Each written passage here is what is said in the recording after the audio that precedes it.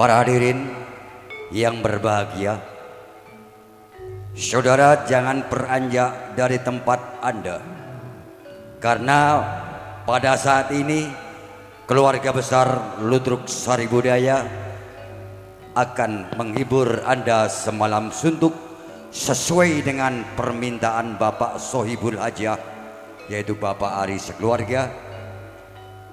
Keluarga besar Sari Budaya menghaturkan selamat bagi mempelai berdua. Semoga dan semoga bisa membina rumah tangga bahagia sejahtera. Semoga bisa membangun keluarga yang sakinah wa mawaddah dan warohmah. Amin. Hadirin yang berbahagia, kesempatan pada malam hari ini sesuai dengan permintaan Bapak Sohibul Hajah, yaitu Bapak Ari sekeluarga, dengan tema besarnya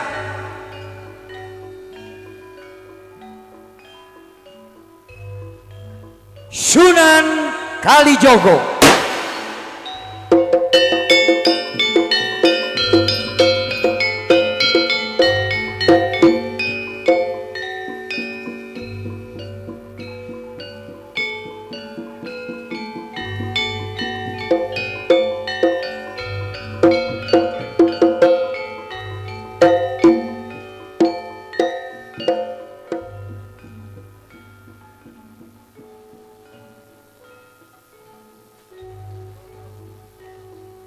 Kaya ora kuat rasane ngatiku dina iki. Yen ndeleng kahananing kawula Kadipaten Tuban. Sing dina iki uripe tansah nyandang serakat.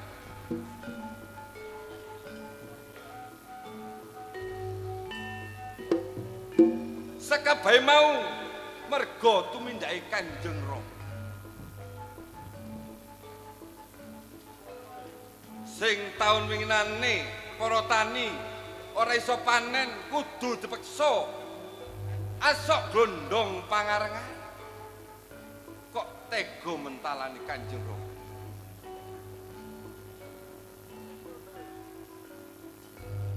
Akeh wong lara arek cilik udan tetangisan merga wetenge padha luwih kurang sing dipangan apa maneh sing disandang.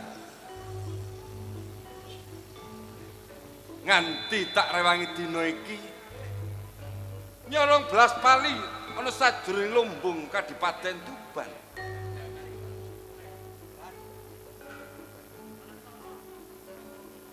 Selak mesakake kawula Tuban dina iki.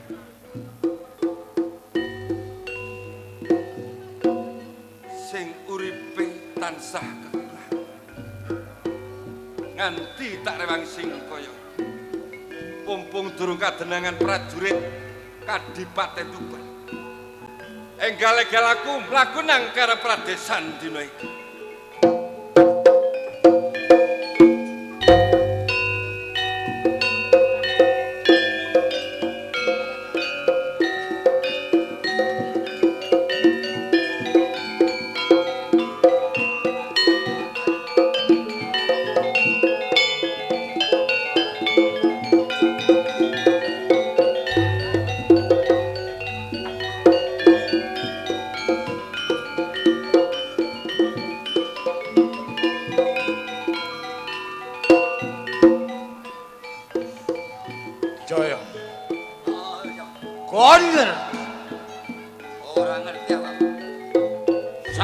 Dioncat tadi punggawa saking Kadipaten Tuban.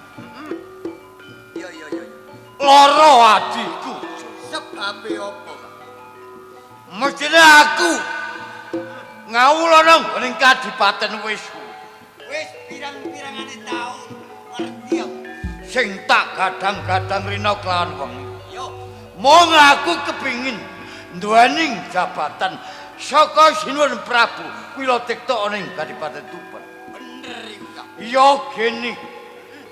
Seprana seprene ora gatekno omongane Kakang lu. Mula dina iki. Maksud mriko, Kang. Lewat ae demanggono tlatah. Ereng-ereng utawa alas Jatiwangi. Tepis dening Kadipaten Tuban. Ayo nyusun kekuatan. Sing ateges Golek bolo kanggo gempur Kadipaten Tuban. ora luput apa sing dadi panganganan. Kadipaten digawe geger.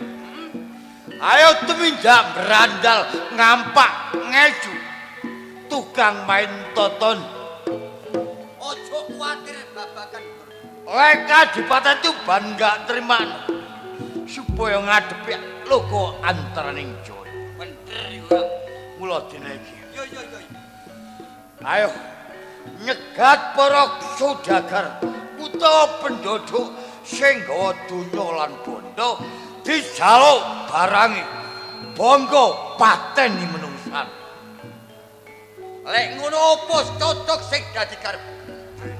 Yo, Dina iki ora kesuwen maneh lumpukno balamu. Aku nglumpukno ya balaku. yo yo yo. Kanggo nyusun kekuatan gawe gempur ana ing Kadipaten Tuban. Sebaren anak buah Yo yo yo.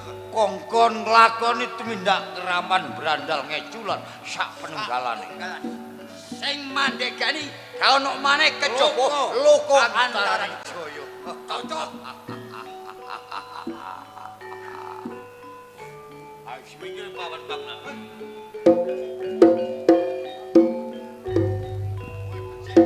Ayo cekat.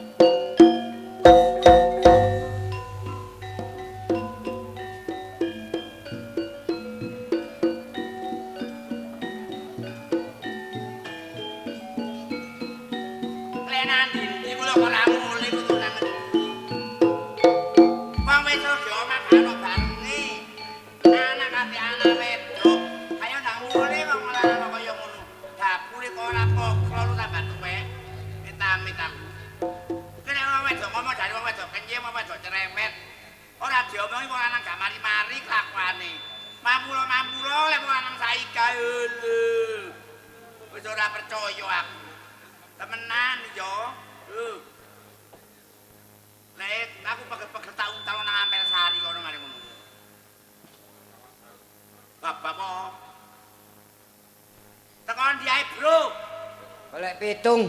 Pitung apa? 70. Aja ngluyu rae. Kowe wedono ndek omah iki adang ora wedano ndek embong. Medang mamamu. Kule gak dikai mangan Rasulullah, dikai mangan. Dijangno ora gelem mangan. Terus apa? Kowe ditinggal wong lanang lambemu aja jijri, sae lambemu susu gabah. Ono lambe susu gabah. Wong lanang mulih ngono iku mecine ndek meja ki dicawisi. Ono apa? Ya ngombe. Ya kano teh ya banyu-banyu putih, gede-gedene kopi. Aja mek ngrasani wong lanang kok rasanono aku tetep bojomu. Bengi ya kok unteri. Wong kon lek ora turu mbek aku 3 dina setep kuyo kumat. Kapan? Kapan yo bendino? Lah apa ora kriwo keloni aku terus step. Yo lek Riko. Aduh, Riko winginane ayo. Riko awan jamu ndok sak pirang-pirang iki kok. Ayo, bengi rapat kok nglendur. Iku sing kocil lho ya kon. Lah kok iso? Waya wong lanang jamu mari ki nek ndok 15 waya jamune masa turu ya celonoan. Gak, aku ini. Pagermu kok rapet wedhuse ora iso mlebu nang. Ojo pringisan. Tak kandhani. Aku apa guyu nang guyu apa?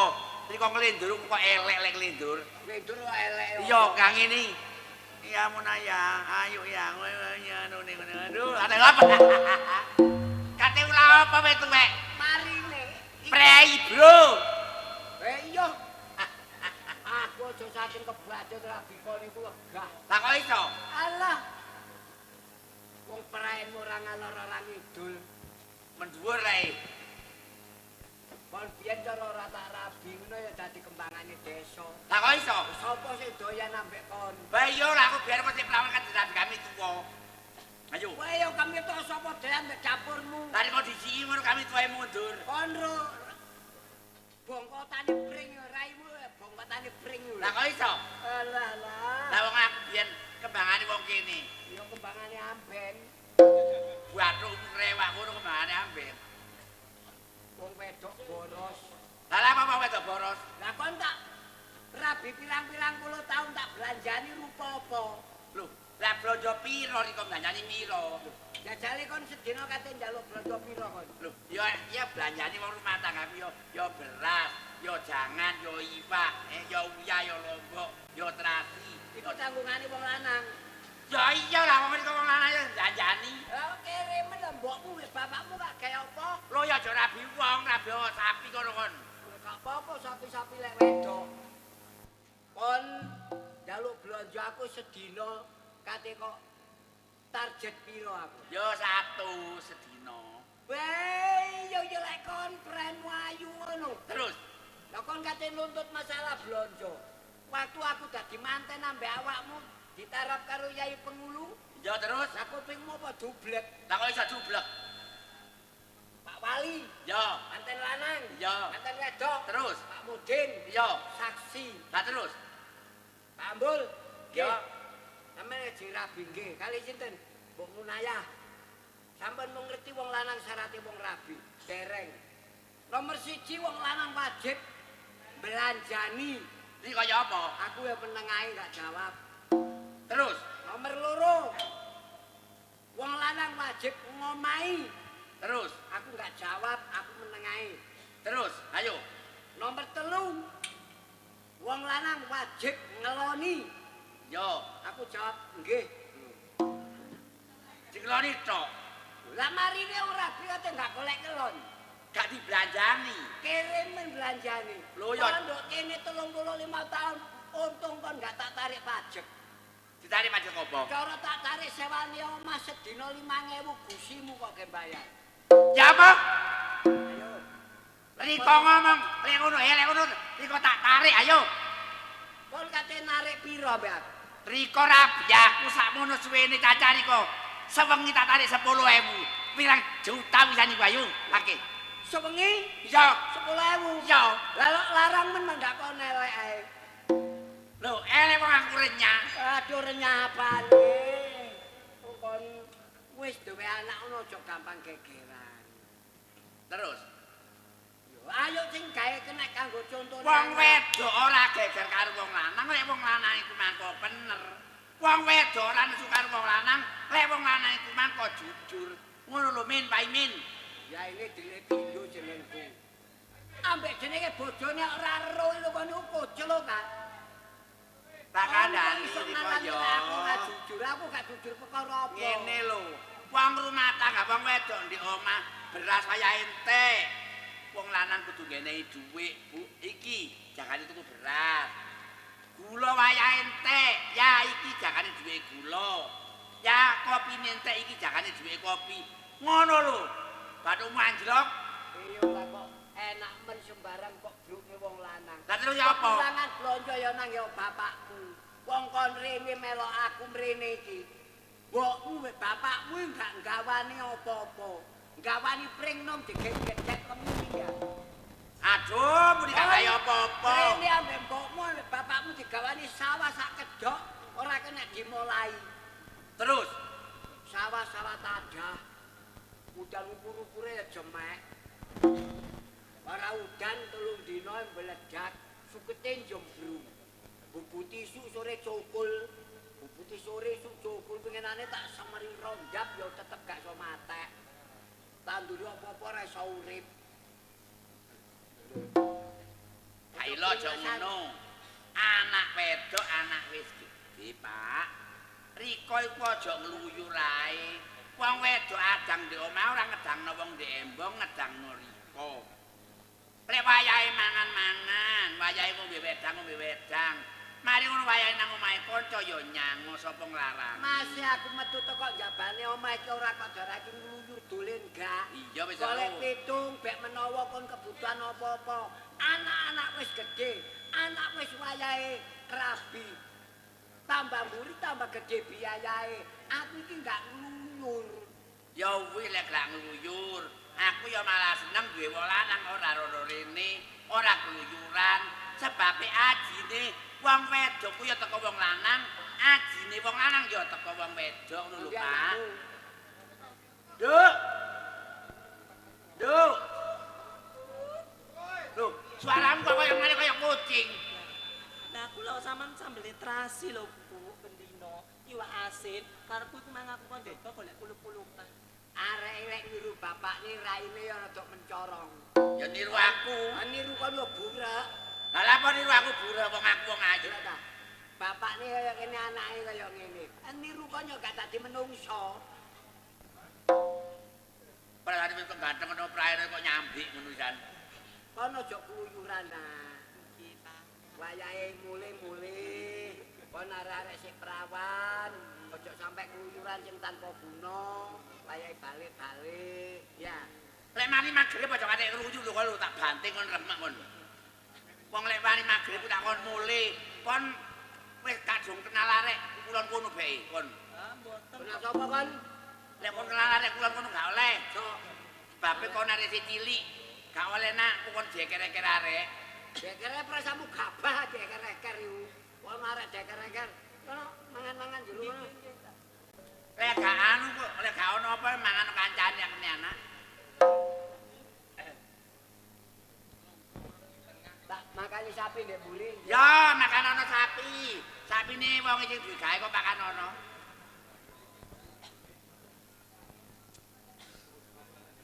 Lah iya ya apa. Makani. Wis ah. Kiai lanang kok tiba. Wong tuwa yo ngene iki mlaku, mripate wis rada mlereng. Lah iya. Lah tak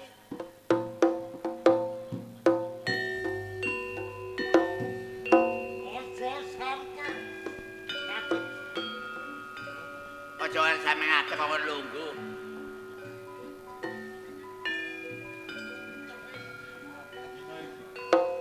Pak, Serana dono kondori. Lah donya napa? Kula iki mboten ndek donya, donya kula nggih namung sitok niki tok. Rasaken donya kula pangan lan bingung. Rika ora usah buruk. Najan rika manggon ndek omah. Panan rika jelas akeh. Kula niki pangan hasil dupi pundi? Tanah sak ceket mawon mboten duwe kok mboten percaya. Rika ngentengno nyawa rika apa? Ngesrana donya rika. kene lho nak, wong ganteng ya. Lek kon gak percaya ya gledah ono. Ya golek ono lek aku duwe donya. Wong aku ora duwe donya nak. Bapakku kowe kate nang endi? Kepengin tak gledah nang Gledah. Monggo sampeyan golek. saanane donya entek.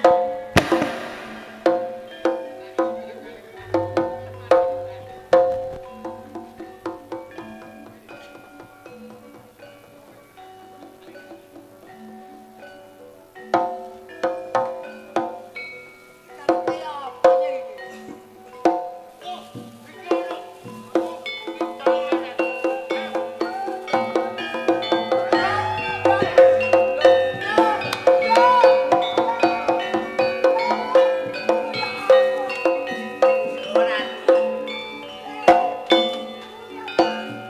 Digawa nanti anak iku mangko. Digawa nanti anak iku mangko, Pak. Mulya nak, aja tenan ya gelem aja gelem nak mulya nak. Iya, Nak. Yo kok cici. Digo nanti anakmu ku mangkok. Yo.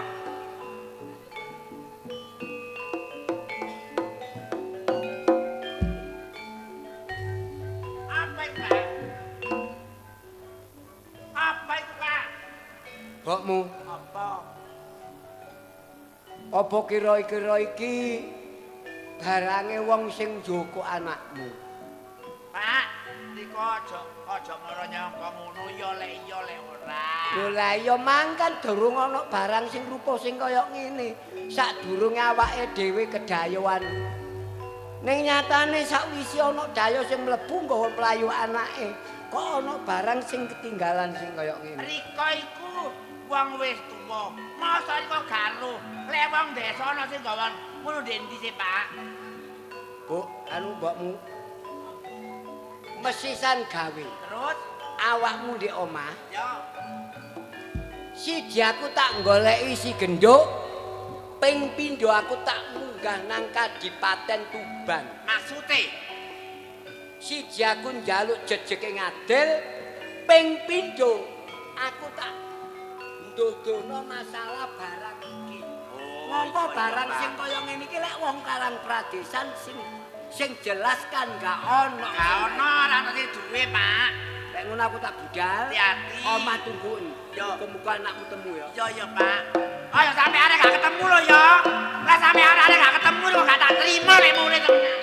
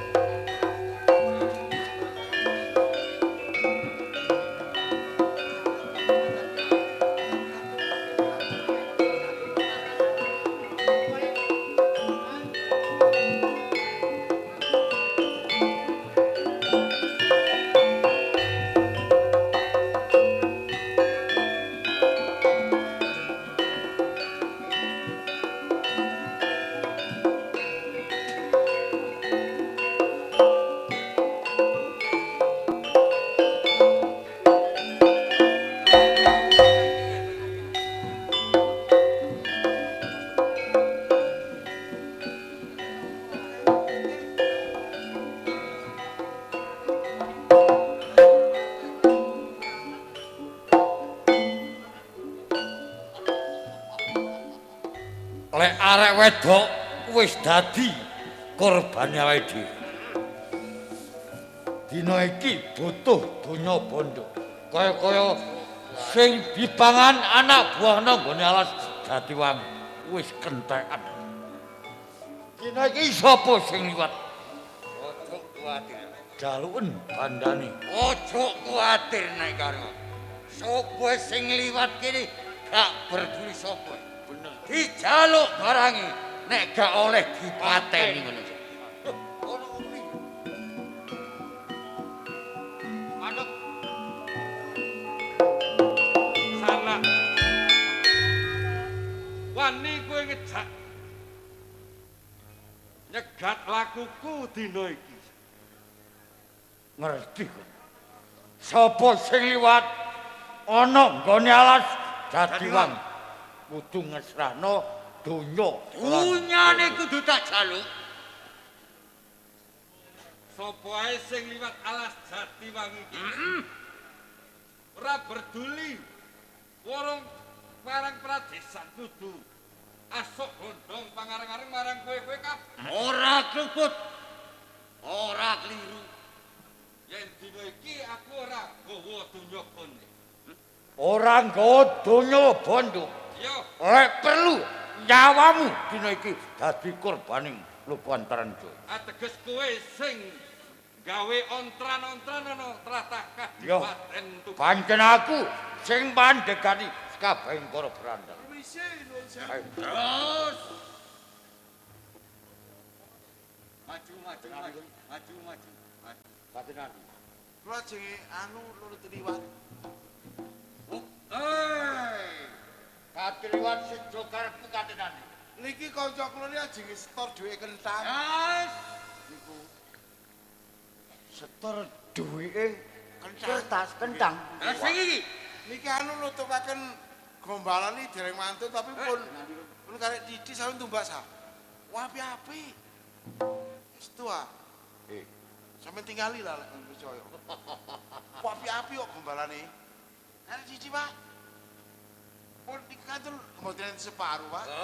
Iya wis ora usah. Ora usah barang bekas saiki wis dilarang. Iki barang impor. Ayo. Najan sing kok ketokno gambal. Paribasane luwes-luwes. Tapi jerone kaya akeh duit. Tak jaluk. Wong pun dijaluk, sampe tumbas kok dijaluk sampe niku. sing iki delok Anu Kon ngerti.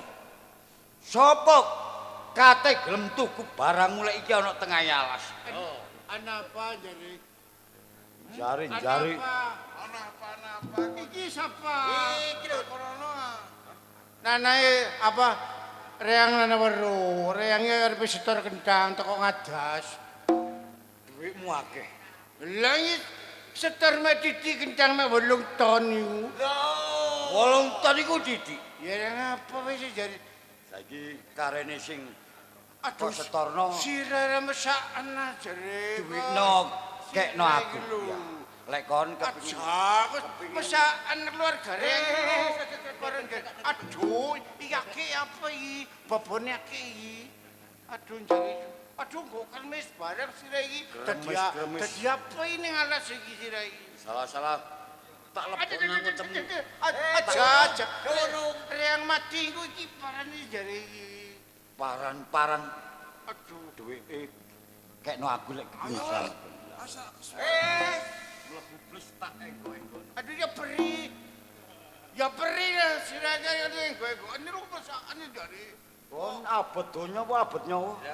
Ya donya bot nyawe ya bot sira iki. Lho. Kok kane Aduh parang jare.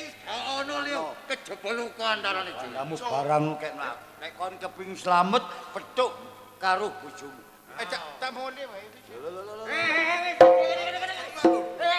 Mulai oleh. Kon ora pantes nggawa barang sing kaya ngene. Lah, carane ngene nggawa barang. Aduh paran iki. Iki peces iki. 8 ton. Sise kentang 8 ton. Iki kanggo aku.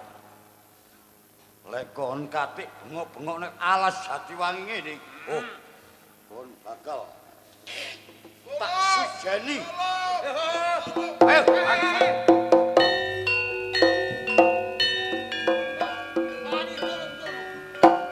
Sana tak ambali sepisan maneh.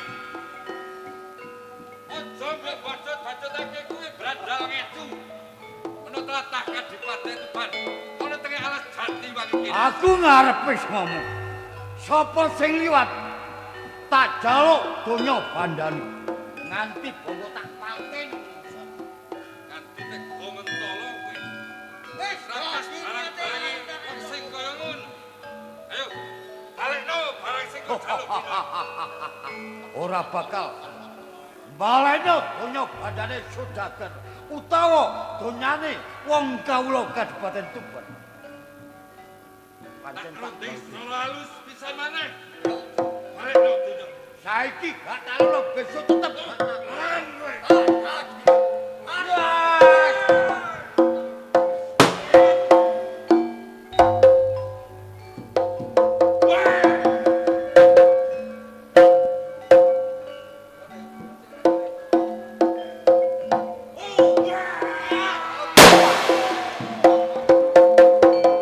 Aja mlayu.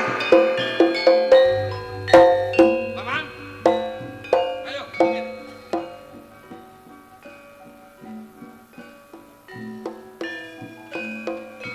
Iki barang iki. Anu niku wau rampok ah. Iku mang rampung sing manggon ana alas Jatiwangi kene, Pak. Aduh, maten nuwun tutung wae sira iki selamat. Duwe ring kudu paran iki rasa belanja maneh. Karep Riko iki kate nandi. Mari setor. Setor paran. Setor kendang iku Setor kendang. ngegas anu iki penane wak Jumat iki lho.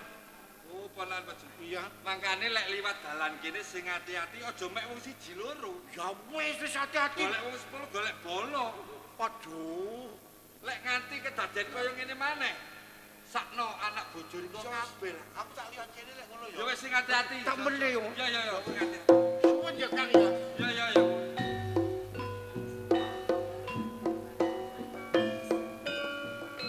Malah akeh brandal keculan sak pinunggalan. Apa ora kesiksa wong-wong tlatah Tuban dina iki? Wes.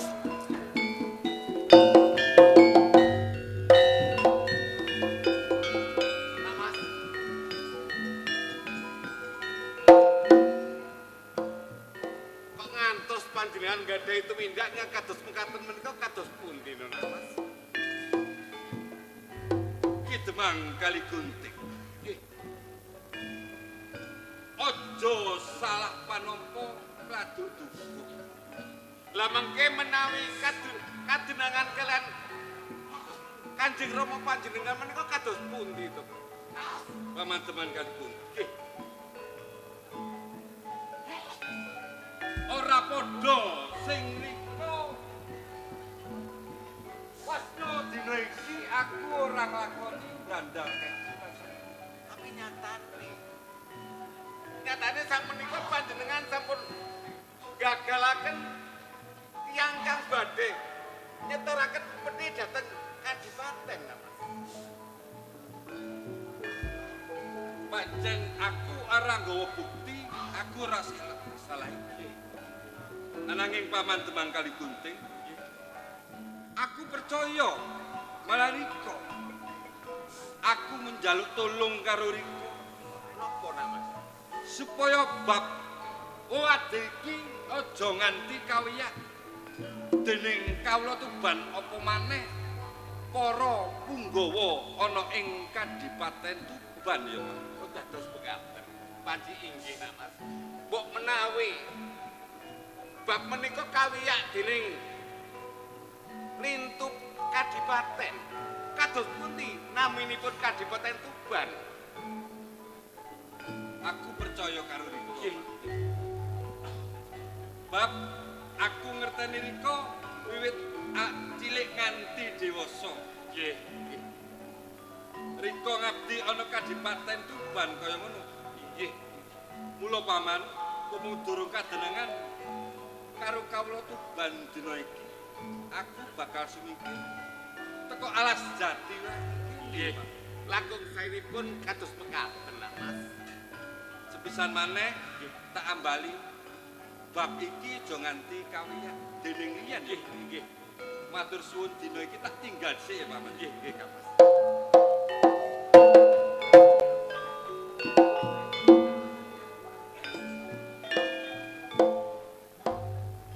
Kok nganti putra Kadipaten Tuban tumindak kang kaya mangkono ateges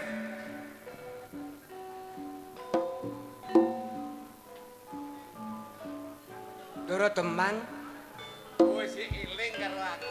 nggih. Dos pundi kabaripun? Kabarku apik-apik bae. Nggih. Terus kok saja bingung arep nanti to? Nggih ngapunten saderengipun anggen kawula matur Ya. kaliyan Doro Demang.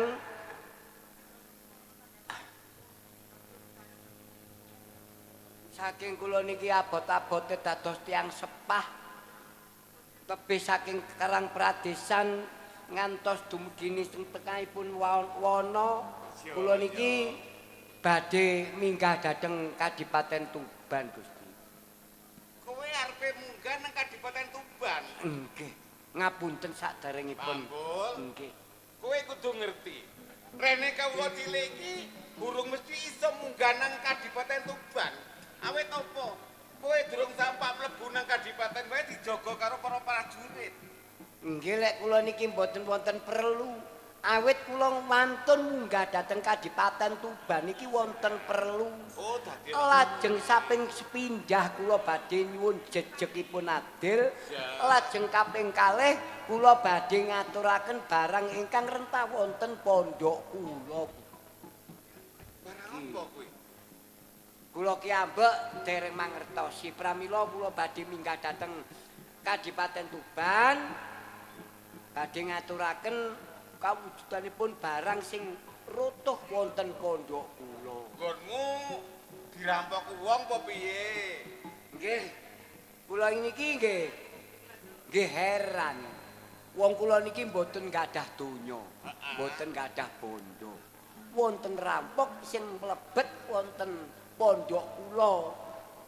Lajeng ingkang dipun pundhut menika sanes barang rupa ayam utawi arta mboten awit kula mboten gadah. Ingkang dipun pundhut karan rapat kula mboten malih kajawi yuga kula. Dadi Ingkang Maja Putri. Mangkane kula badhe minggah dhateng Kadipaten badhe nyuwun jejegipun adil. Sak sampunipun rampok ingkang betha kali si yuga kula kok wujud wonten barang sing wonten pondok kula. Kula Pak Bul. Nggih. Saiki ngene. Kowe ora usah munggah nang Kadipaten. Rene kowe arep njaluk jejeke pengadilan. Sepisan ping pindhone kate nglapurno barang bukti sing rutuh nang omahmu. Nggih. Ojo kuwatir, aku sing gawa. Barang buktine lono nang aku. Saestu. Waduh, aku iki demangmu, demang kali gunting. Mboten kula minggah. Lho, sik Pak Bul. Aku wis kandha karo kowe. Nek kowe ora bakal iso ketemu karo Adipati. Awet apa? Kowe durung mlebu wae wis dijaga karo prajurit. Ngoten. Ya, ya. Nggih menawi ngene matur sembah wulu sanget dumateng Gusti Demang. Niki kula paringaken dumateng panjenengan kula wangsul dhateng Karangbrajan malih. Ya sing hati-hati bab anakmu aja kuwatir. Mbok menawi sampun katampi dening Gusti Bupati, Ya, ya. kula cepet dipun paringi kabar Gusti. Ya sak mestine. Nggih, nggih. Utawa kok para prajurit nek goleki karo anakmu. Oh, ngoten. Nggih, sampun. Ya, ya, ya.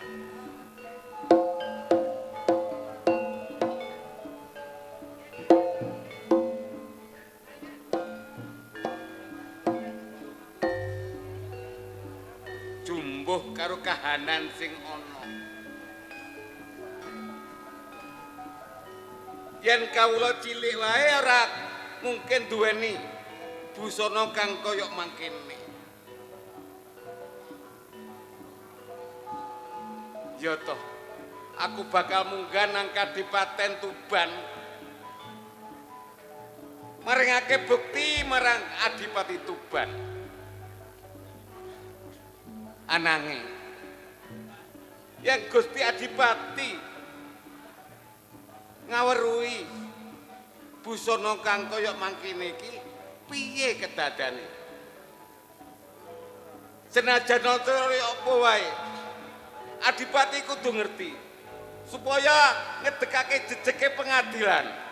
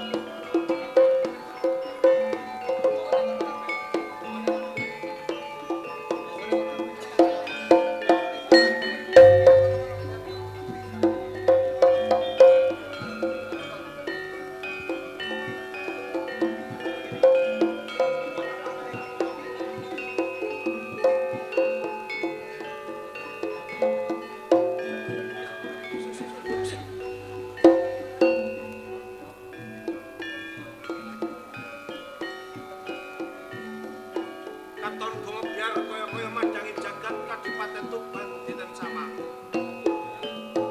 Jalaran para narya agung wis padha samapta marang jeneng ingsun. Kados Paman Patih, Inggih. pripun kabare anggar penyasowan Wonten enten ingkang ngecewani. Boten ugi kula ngaturaken tunjuk rasa dalem. kados mekaten inggih Paman Patih kula tampi puja pangestune kula ditampan nggih. Kula tampi asta kekalih kula cencang wonten mugi dados sejimat kawula. Inggih Paman Patih lenggah sing kepenak. Ya inggih. Tumenggung Natabandha, piye kabare kesowan marsaning ingsun tumenggung Natabandha? Sendika dawuh Gusti Kanjeng Adipati. Nanging sakderengipun kula matur kathah. Kula ngaturaken sungkep pangabekti tunjuk pembuka panjenenganipun Kanjeng Adipati Subhan. Tumenggung Natabandha, tak tampa puja pangestune ingsun ditampan. Pangestaken dawuh Gusti Kanjeng Adipati, kawula tampi ngasta kekalih. Mugi dados jejimat kawula sak keluarga Kanjeng. Iya lenggah sing kepenak. Prajurit, piye pawartane nggosawan marang ingsun prajurit? Puniki sami raharja sinuwun. Saderengipun kawula ngaturaken sungkem pangabekti wonten ngarsa panjenengan. Kaya mangkono tak tampa puja pangestuku ditampan. Kula tampi kanthi asta kekalih kula pundi wonten ing pucak erik mugi dados jimat pariping. Iya. Diajeng garwan ingsun. Ngestaken dawuh Kang Mas Prabu. Piye kabare diajeng? Kang Mas Prabu boten wonten salah satunggaling rubeda punapa-punapa Kang Mas Prabu. Saderengipun kula ngaturaken sugeng pangabekti mugi kunjuk ing ngarsanipun panjenengan Kang Mas Prabu. Iya diajeng tak tampa puja pangestuku ditampan. Injih Kang Mas Prabu. Ora. Pangestunipun panjenengan kula tampi kanthi asta kekalih mugi-mugi dadosaken jejimat wonten manah kula Kang Mas Iya Prabu. diajeng. Ora kaya padatan biasane jeneng sira sawan marang ingsun putra-putrimu ora ana sing padha sawan marang ingsun. Nandi wae iki putrimu, putramu kabeh diajeng. Ngestaken dawuh Kang Mas Prabu. Mbok menawi putra-putrinipun kawula ugi putra-putrinipun panjenengan punika tasih wonten pigati wonten ningking Kang Mas Prabu. Kaya mangkono. Putune aja nganti telat anggone sowan ana ngarsane ingsun diajeng. Injih Kang Mas Prabu, saderengipun kula nyuwun pangapunten ingkang agung. Iya ora apa-apa ora dadi ngopo. Tumenggung Natabandha, Pangestaken dawuh Kanjeng Adipati. sing tak jaluk aja nganti para kawula ing tlatah Tuban iki kurang sandang, kurang pangan paribasane. Kowe bisa ngomong karo Paman Patih apa perlune, apa sing dikarepake para kawula tumenggung Natabandha. Pangestaken dawuh Kanjeng Adipati. Nanging pisawanan menika kula namung dumadong utawi kula menika nyungsung pawartos panjenenganipun Adipati. Artosipun ora ana alangan apa-apa para kawula padha saeksana Pangestaken dawuh. ayem tentrem gemari palunjinawe kaya mangkono. Iki Demang Kali Gunting, Demang ora ana sing rawuh. Apa Demangna sing rawuh iki? Kepiye? Lho, prajurit kene pindah kene.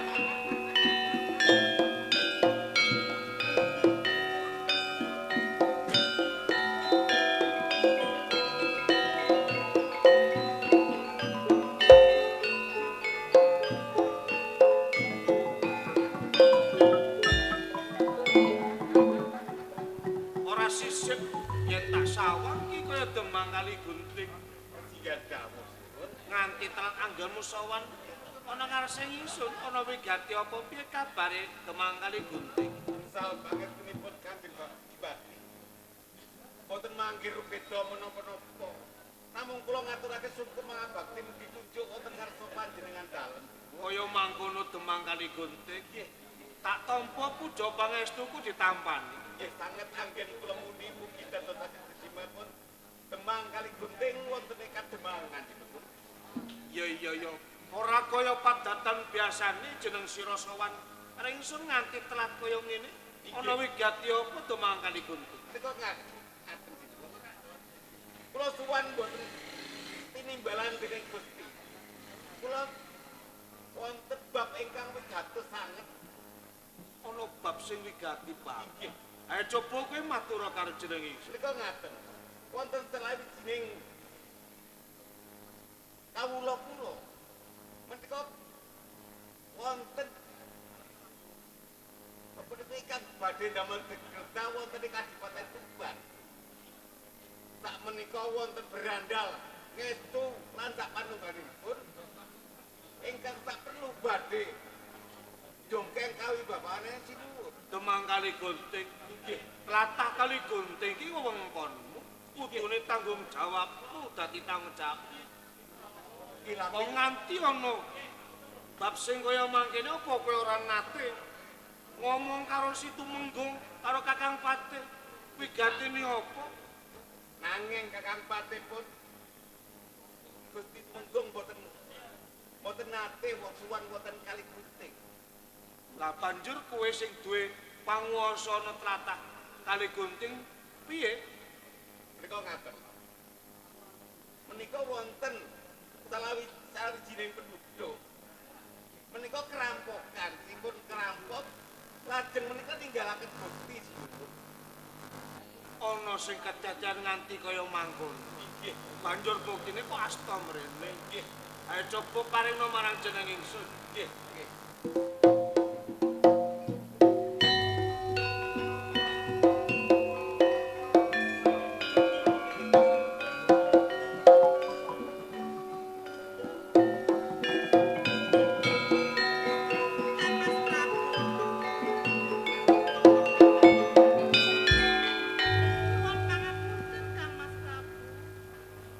Diajeng karo wali ingsun.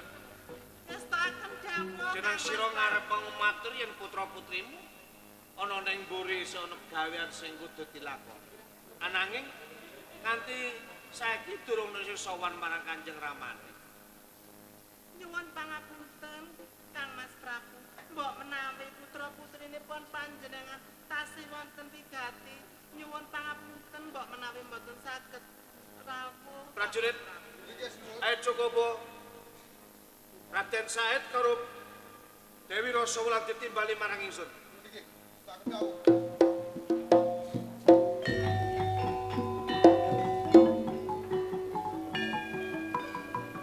Paman Patih, ngantos dados perkawis ingkang ageng mekaten. Kedahipun panjenengan perkawis ingkang alit kedahipun selesaiake.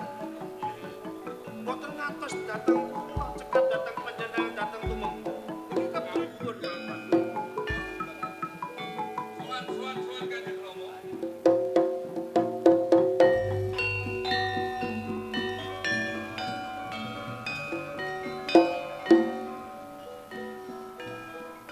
Raden Said putrane Kanjeng Rama. Dawuh katimbalan Kanjeng Rama pepundhen kawula.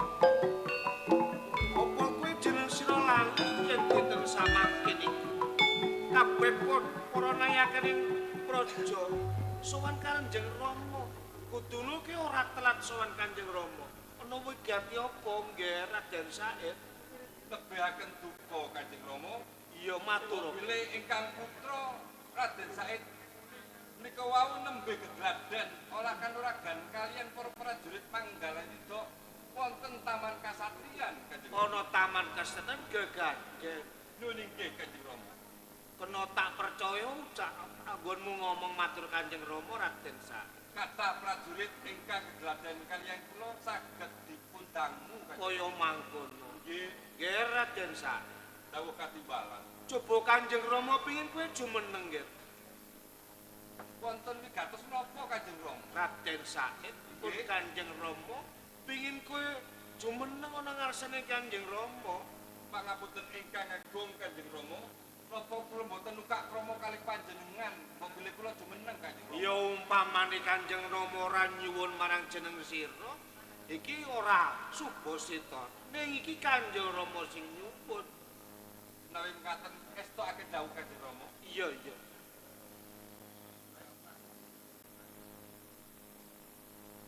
Ki Ajeng, Ngestakaken dawuh. coba putramu tiwas. Apa wis bener sandang penganggone putramu kaya mangkono?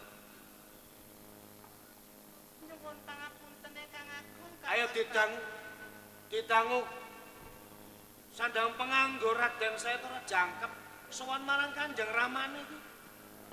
Wonten menapa Kanjeng Ibu nggih? Coba bilang sandang penganggomu iki wis jangkep apa durung? Kula kinten kadot adat saben Kanjeng Ibu. Ananging Coba dideleng maneh.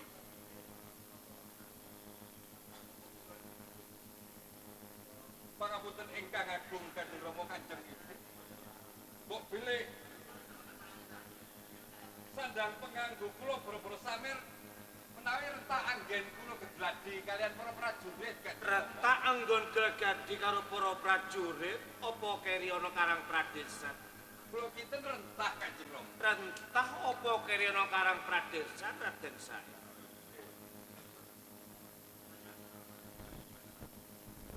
Pangapunten ingkang agung Kanjeng Rama. Iya, Kula kinten rentah Kanjeng Rama. rentah. Coba iki diwasti sandang penganggone sapa para sami Raden saya?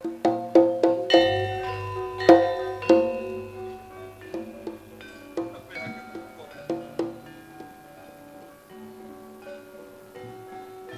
Raden Said. Yen kowe cilik tak gadang-gadang bisa dadi gantine Kanjeng Rama. Ning kowe tumindakmu kok kaya ngene Raden Said. Apa ora dadi nglingsemake Kanjeng Rama? Yen kowe tumindakmu wis metu saka angger-angger beban Raden Said. Kanjeng Rama pepunden kawula. Iya. Keparenga wedal menika dalem matur dumateng panjenengan. Coba matur. Kanthi bloko suta Kanjeng Rama. Boten tedeng aling-aling malih. Mbok bilih kawula saben dinten medal saking Karang Pradesan. Anamung kepingin ngerti kados pundi kahanan wonten Karang Pradesan tlatah Kadipaten. Kepengin nyuwurpi kahanan ana Karang Pradesan apa golek wanita sing mbok seneng? Kanjeng Rama sesembahan kawula. Sak sampunipun kula dugi dhateng Karang Pradesan Kanjeng Rama. Kathah kawula alit ingkang saben dinten udan tetangisan Udan tetangisan sandang panganggone kurang. Sandang pangane kurang. Apa kowe nyolong wanita? Raden Said, yen kowe kepingin krama, kudune matur karo Kanjeng Ibu. Ora pantes yen kowe putrane Adipati njupuk wanita ana Karang Pradesan. Raden Said, coba astamu dodono Kanjeng Rama. Astamu dodono Kanjeng Rama. Durung waras anggenmu kowe tak upidana nganggo rotan kowe colong binek ana Adipaten. Kowe kudune yen butuhake barang-barane Kadipaten. Kowe matur, bisa matur karo Tumenggung Natabandha. Bisa matur karo Paman Patih. Kanjeng Ibumu durung waras astamu anggen Kanjeng Rama pidana ning saiki kowe malah njupuk wanita ana Karang Pradesan. Raden Said, Raden Said. Kanjeng Rama sesembahan kula. Kawula ngaturaken lepat ingkang agung Kanjeng Rama. Mobilih kawula sampun nglampahi tumindak. Sampun nglanggar angger-angger walere panjenengan Kanjeng Rama. Raden Said. Banjur yen kowe wis njaluk supaya Kanjeng Rama, urusane wis mari kaya mangkono. Wis rampung urusane yen kowe njaluk pangapura karo Kanjeng Rama, Raden Said. Kanjeng Rama sesembahan. Kok ateges kawula menika mengkang pernatane Kanjeng Rama menika mboten Kanjeng Rama ananging mboten kiat manah kula ningali para kawula arep tlatah Tuban ingkang wedal menika dipun suwun asok gondong pangareng-areng bayar pajak Kanjeng Rama. Cukup Raden Said. Raden Said, diajeng kowe lenggah sing kepenak. Sarah Kang Mas. Diajeng kowe lenggah sing kepenak. Raden Said, Kanjeng Rama isin yen duwe putra kaya kowe. Mula dina iki kowe jengkar saka Kadipaten Tuban. Aja bali-bali yen kowe durung bisa nggetarke Kadipaten Tuban saka air suci Quran sing bawaca. Minggat Raden Said.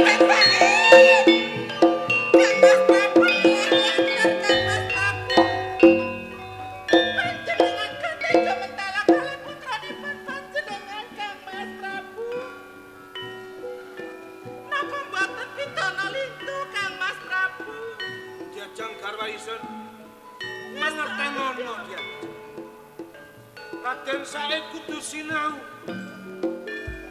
Sinau ning jabane Kadipaten Tuban ben dadi bocah sing apik. Wis to. Mengko yen wis titi wancine Raden Said bakal bali ana Kadipaten Tuban diajak. Kang Mas Prabu. Senajanipun putranipun panjenengan kados putra megaten. Kaya-kaya kedadut kula. Iki nyapa maneh?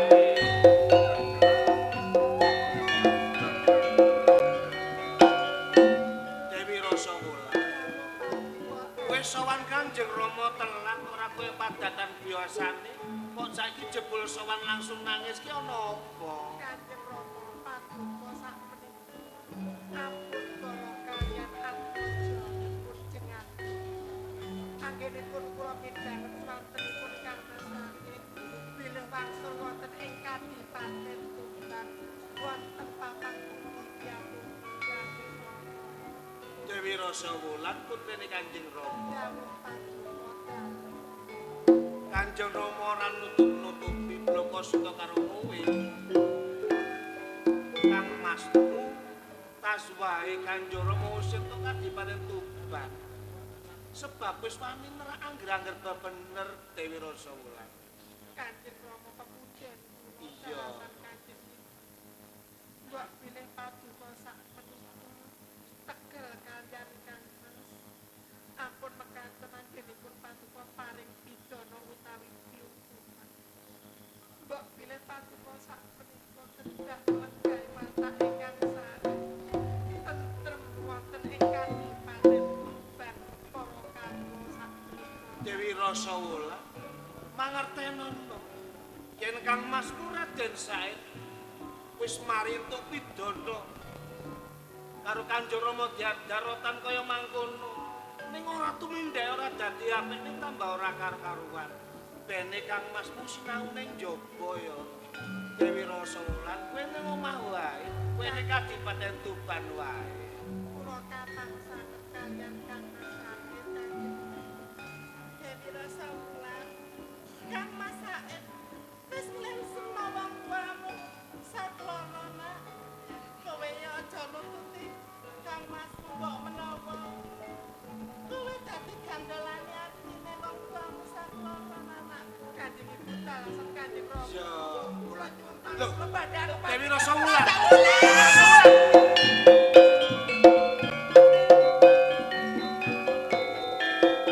Kang Mas Prabu. Piye diajeng? Wonten masalah sing kados mekaten, Kang Mas Prabu. Mbok menawa putra-putrine panjenengan sampun nglengsemaken panjenengan. Kula dados mangklawadon kula sampun.